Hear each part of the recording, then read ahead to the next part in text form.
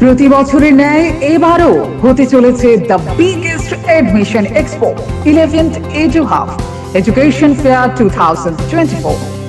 স্থান এগিয়ে চলো শঙ্খ, মেলার মাঠ, আগরতলা। চলবে 8 জুন এবং 9 জুন। সময় বিকেল 4টা থেকে রাত 9টা পর্যন্ত।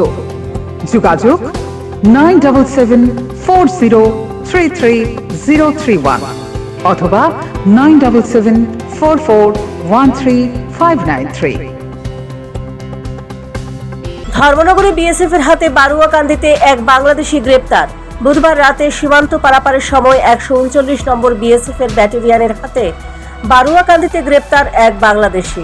ঘটনার বিবরণে জানা যায়, বাংলাদেশের সিলেট থেকে 2018 সালে ট্যুরিস্ট ভিসায় দুবাই হয়ে ফ্রান্স গিয়েছিল আজিম উদ্দিন নামে এক ব্যক্তি। সে দীর্ঘ 2018 সাল থেকে 2024 সাল পর্যন্ত সেখানে বসবাস করে এবং একটি রেস্টুরেন্টে কাজ করে। তারপর সেখানে ফ্রান্সের নাগরিকত্ব পেয়ে যায় আজিম উদ্দিন। ফ্রান্স থেকে পাসপোর্ট এবং ভিসা নিয়ে ভারতে প্রবেশ করে।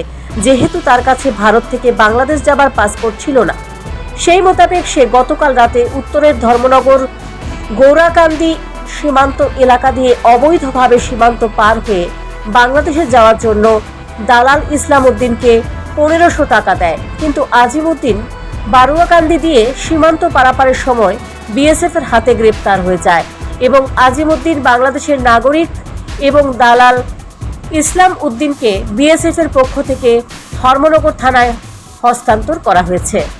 বৃহস্পতিবার ধর্মনগর থানার পুলিশ সংশ্লিষ্ট ধারায় দালাল এবং বাংলাদেশের নাগরিকের বিরুদ্ধে সংশ্লিষ্ট ধারায় মামলা দায়ের করে এবং তদন্ত শুরু করে। তাদেরকে আদালতে প্রেরণ করেছে পুলিশ। বিএসএফ কালকে রাত্রে তাদের ডিউটি করার সময় বর্ডারে দুজনকে আটক করে। এর মধ্যে একজন ছিল বাংলাদেশের নাগরিক, সে বাংলাদেশ থেকে ফ্রান্সে গিয়েছিল কাজ করার জন্য। ওইখানে ফ্রান্সের নাগরিকত্ব নিয়ে ফ্রান্স থেকে পাসপোর্ট করে ইন্ডিয়াতে এসেছিল।